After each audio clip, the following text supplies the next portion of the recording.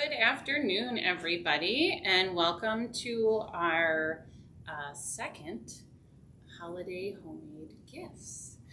Today we're making two awesome gifts, a peppermint foot soak and a citrus winter balm, which is really great for your hands or your lips. So I'm going to start off with the foot soak. It's really easy. If you did pick up a kit, we did run out pretty quick. These were very popular. If you did pick up a kit, here's what you would have gotten in your kit for the peppermint foot soak. You would have gotten a glass jar that has your epsom salts in it, some baking soda, and then your essential oil mix for this. So what this is, and you can choose not to use this if you do not want to. So this is, I have a carrier oil for the essential oils, which is an almond oil. And then there's tea tree oil and peppermint oil in here, okay? And when you're using essential oils, you never want to use them directly on your skin without using a carrier oil of some sort. And then the final thing for the foot soak would be a green tea packet.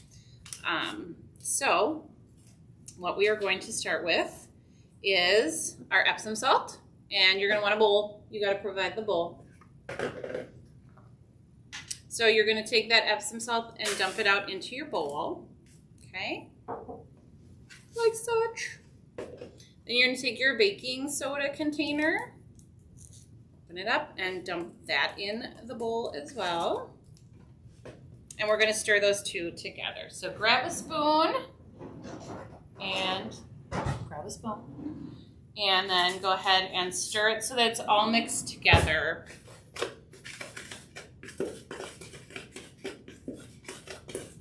And sometimes that baking soda can get a little chunky. You want to break up those chunks.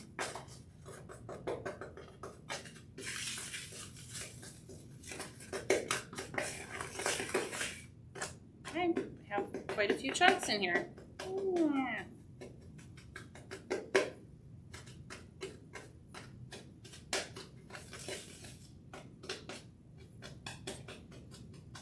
All right, I think the more I stir, the more chunks there are. Not sure how that's happening, but I'm gonna stop now. Okay, so then to our Epsom salt and our baking soda, we are gonna add the essential oil mixture. So you're just gonna pour it on in. Okay. And again, you're gonna stir it. And when you pour it in, it can get a little chunky, so this one we might have to stir a little bit more and kind of break up those chunks. Oh, it smells so good. It smells like Christmas in here. So as you can see, I've got some chunks in there. So just keep stirring, get your chunks out, separate all the Epsom salts. I don't want them to be chunky. And then the final thing that we're going to add, once you get your chunks out, is the tea bag. Now, this is really up to you. Again, if you don't want to add it, you don't have to. And you can add as little or as much of the tea bag as you want. I'm going to put the whole thing in because I think it'll be a nice foot soak with that green tea and peppermint, and it'll be very aromatic. So I'm going to break open my tea bag here, eventually. Come on now. Okay, finally, I freed the tea. Okay. And again, you're going to stir.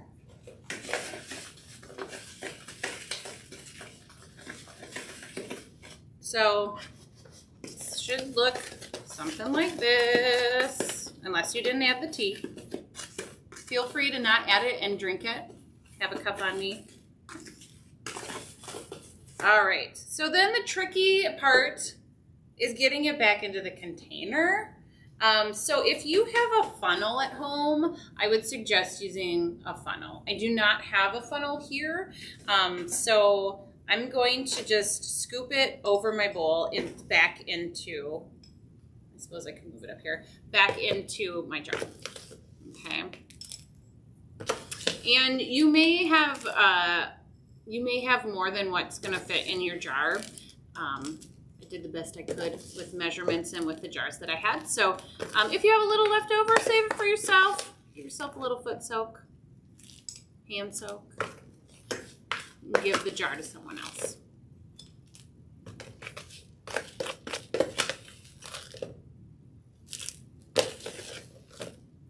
Yeah, so I filled mine up to the top here, and I do have just a bit left over, just a bit. So yeah, I'll save it.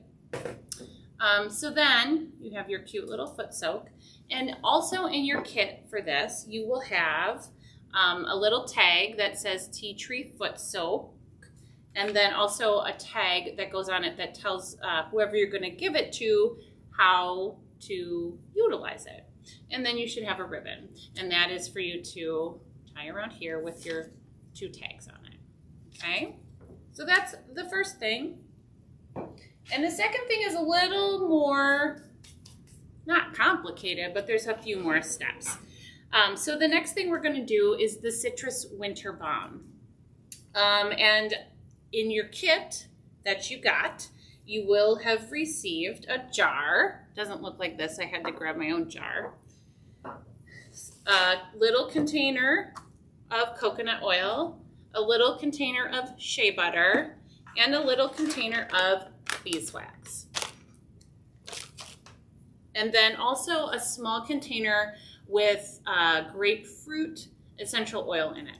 Now, if you don't want to use that essential oil, you don't have to.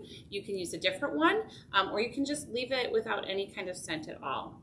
I did notice, unfortunately, not until like all the kits had gone out, pretty much, that some of the grapefruit oil kind of dried. If that happened in your kit, add a few drops of olive oil to it and kind of mix it, and the scent and the essential oil will come back to life. And then you can add that to your winter balm. So the directions that were included in your kit are for doing this on the stovetop. But we do not have a stovetop here at the library, so I'm going to microwave my ingredients. And I tested this out, and it works great, and it takes less time. So the first thing I'm going to microwave is the beeswax. So I've started already. And it did kind of soften up again. It hardens pretty quick. So what I'm going to do is I put mine in like a paper cup, but you could use like a plastic takeout container if you save those when you get takeout. You just don't really want to put it in something that you're going to reuse again. It's going to be kind of hard to clean out. So put the beeswax in first if you're doing it in the microwave. I know that with the stovetop instructions, they have you putting the shea butter and the beeswax together in a saucepan, but we're going to just do the beeswax first if you're using the microwave. And I did about 4 to 5 passes in the microwave with the beeswax to get it to melt.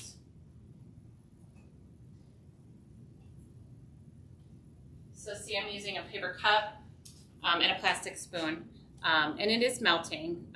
You will also need like another spoon to kind of scrape the beeswax off because it sticks when you start to stir it.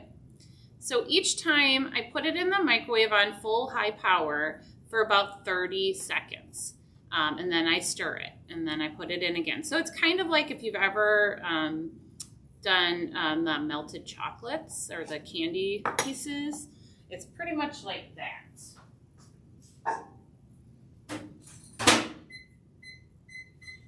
So I did it, I started off doing it at 30 seconds and stirring, and then as it got a little softer, I added a little time. So I did 40 seconds and then I stirred it. So hopefully it's going to be done soon. I did it before we started, but then I should have probably done that one first. I wasn't thinking.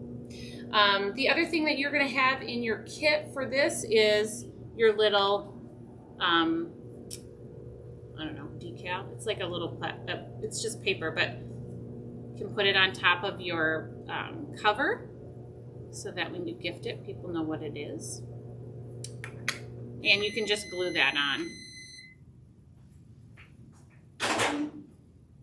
And I'm going to show you guys, it's almost there. So if you can see in there, see it's almost melted. Almost melted. And it smells really good. It kind of smells a little like honey. I've never really melted beeswax before or used it, and it really does kind of smell like honey.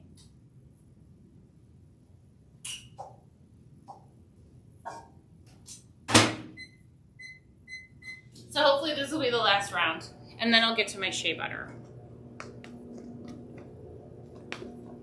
So your shea butter looks like this, and that's going to be in your other little container, and that's going to be the thing we do next.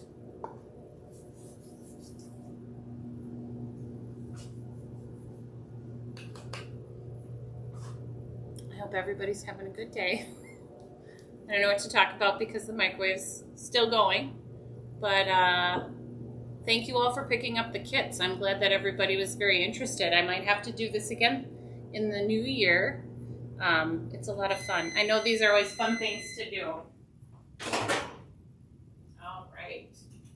Okay, so 'tis melting. So I am going to add in, so it's very melted, I'm going to add in my shea butter.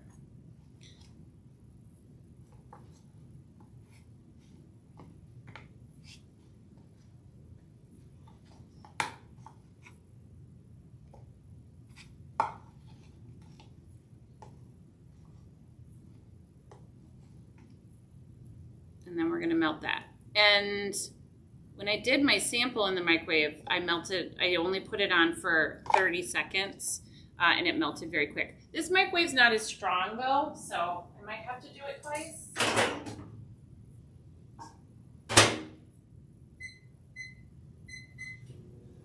The one thing about the shea butter that's nice is if you get it on your hands, you can just rub it in. And it's like, oh yeah, my hands are so dry already in this winter. It feels really nice. It makes a good, it's a little slimy, not slimy, but oily. If you've never used a balm before or a hand cream that's a little more oily, you might not like the way it feels on your skin, but it really helps with dry skin. Oh, yeah. So I am going to have to do this again because, like I said, this microwave's not as strong as the one in the staff room. So then after we melt the shea butter, we're going to go with our coconut oil. That's going to be the next ingredient for our balm. And obviously that's white. You should have one white one left. And coconut oil, depending on how hot or how powerful your microwave is, coconut oil you might not even have to microwave. I'm going to microwave it here just to make sure that it gets completely melted, but you might just be able to stir it into your hot shea butter beeswax mixture without even having to microwave it again.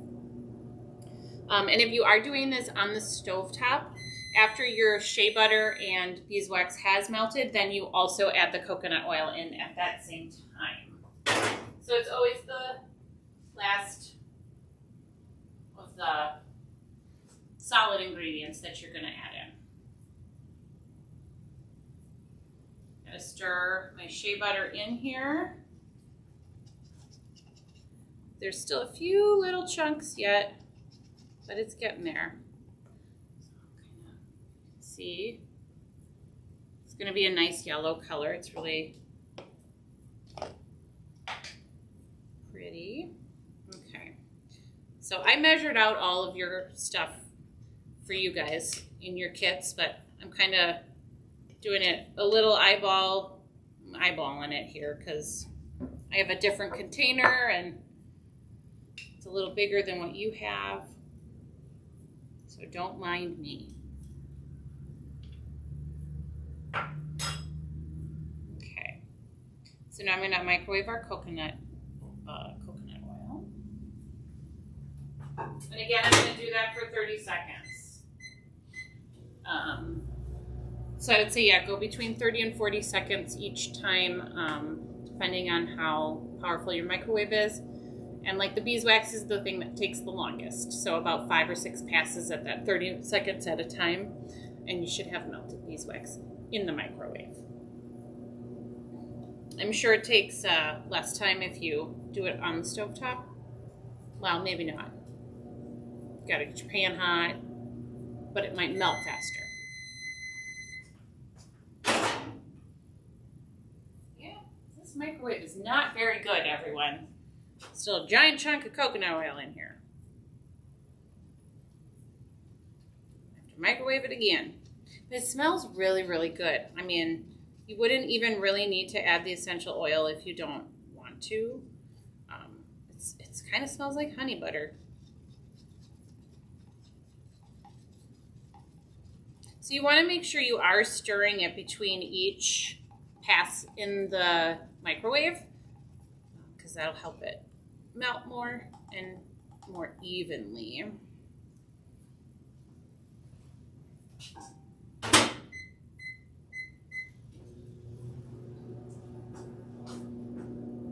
The final thing we're going to add once our coconut oil melts is the essential oil.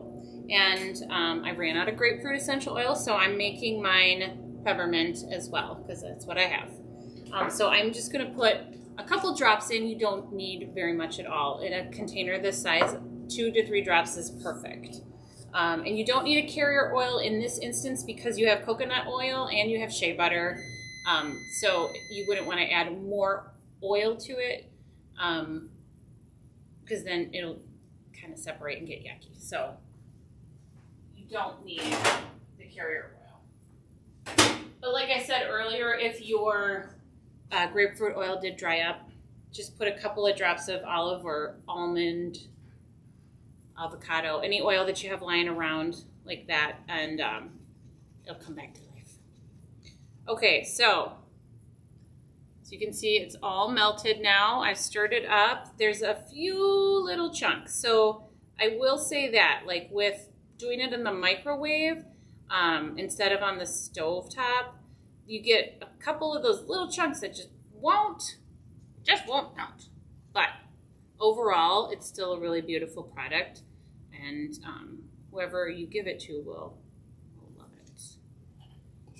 Okay. So then, like I said, I'm going to add a couple drops. You would just put in what I had given you in your kit. 1, 2, 3. Okay. Stir it in. Okay, and then you just pour it straight into your container.